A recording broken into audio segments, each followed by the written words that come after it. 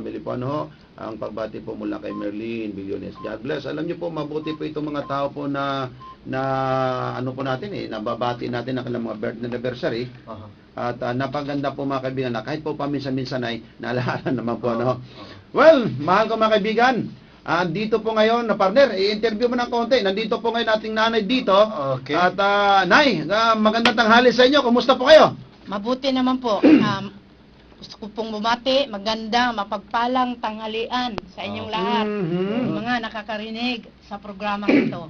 Alam nyo, mahal ko mga kaibigan, i-interview po ng sandali po ni Partner Warren po, maya-maya po, ito pong si Nanay. Pero alam nyo po, ang pangalan po ninyo talaga ay Anita Yellow o Pinky?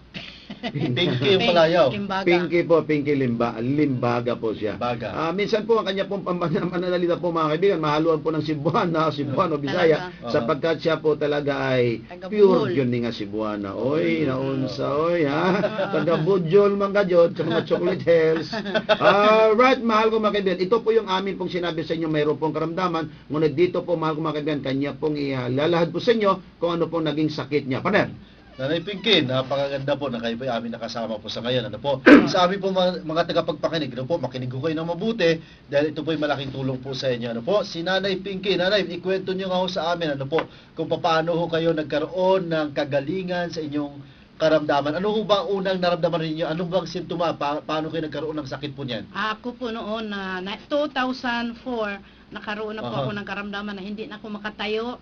Lumaki na po yung tiyan ko. Kapagkat hindi ko rin po alam dahil nung dalaga ako, mahilig kasi ako sa kinilaw, inihaw, mga lamang loob, mga bupis, basta lahat na yan, mga nabanggit nyo na yung lamang loob. Alam po ninyo, mahal ko mga kaibigan, maawa ho kayo sa sarili nyo. Huwag na po nyo kainin yung mga loob-loob. Doon na lang po kayo sa lamang labas. Pwede pa. Kasi kahit mga doktor po, nagsasabi talaga po yan. Medyo tanggapin man natin sa hindi. Ang bibigo, ang sarap po sa bibig lang po yan pagpasok niyan. Ano po bang naging sakit ninyo, Nay? Sige Ikwento nga po niyo sa amin. Sabi nga ng diagnose dito, nung ako, ang tawag niya, yung biopsy, colon cancer stage 4. Pero hindi po ako naniniwala. Ang pinaniwalaan ko lang sarili ko at ang binubulong ng Diyos. Kasi napakalaking tiwala ko sa Diyos, kaya yun, ako kaya ay nga po, kahit stage 4 po kayo, parang binabaliwala nyo lang. So, inyo pong sakit ay colon cancer po? Colon cancer. So, ano pong nangyari? Nagkaroon kayo ng colon cancer. Paano po kayo naging survivor? Ganito po ang una talaga. Ang sabi po ng mga doktor dito, hindi ko naman po minamaliit sila, pero siguro po, yun po ang mensahe o ayon ng Diyos na ididikta sa akin na talagang ito na ang signos mo. Sabi ko nga, Panginoon, kung ako man po ay mamatay, sana mamatay ako ng kapiling ka. Yun naman talaga po ang pinakamaganda Yun nga, ang sabi na colon cancer, so pumunta po ako ng Maynila, doon po ako, halos 2 taon kalahati ako doon.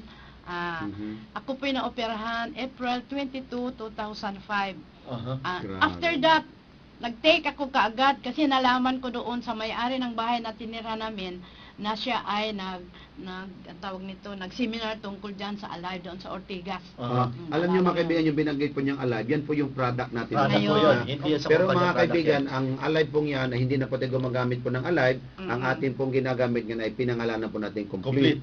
So kung meron po nagbibinta po ng Alive po, kung saan man po ngayon kayo nakikinig, wala po kaming pakialam at wala po kaming alam at hindi po natin produkto ang Alive. Hindi po natin produkto ang Alive ngayon. Ang Alive po kasi mahal ko mga kaibigan, kinukopya-kopya ng maraming tao. Yung mga sinasabi natin, nagsasabi ng iba na, ito po ay mura lang dito, ba't sa inyo mahal? Nung ininom nila, naku, sabi niya si Mano, ayun, sa may tayo, bong raman di ay. Ibig sabihin po, gawgaw lang po pa lang naman. So, dapat po kumuha ko kayo sa mga totoong distributor. At